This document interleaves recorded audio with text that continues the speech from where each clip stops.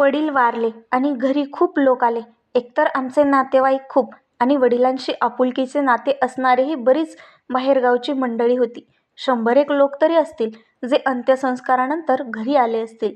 त्या दिवशी घरी काही जेवण बनवत नाही, शेजाऱ्यांकडूनच जेवण येते.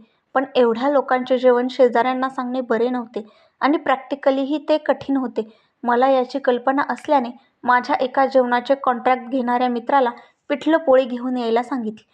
अंत्यसंस्काराहून आम्ही परत येऊन आंघोळी करत नाही तोपर्यंत मोठा डबा भरून पिठले व टोपलीमध्ये भरपूर पोळ्या घेऊन तो हजर झाला.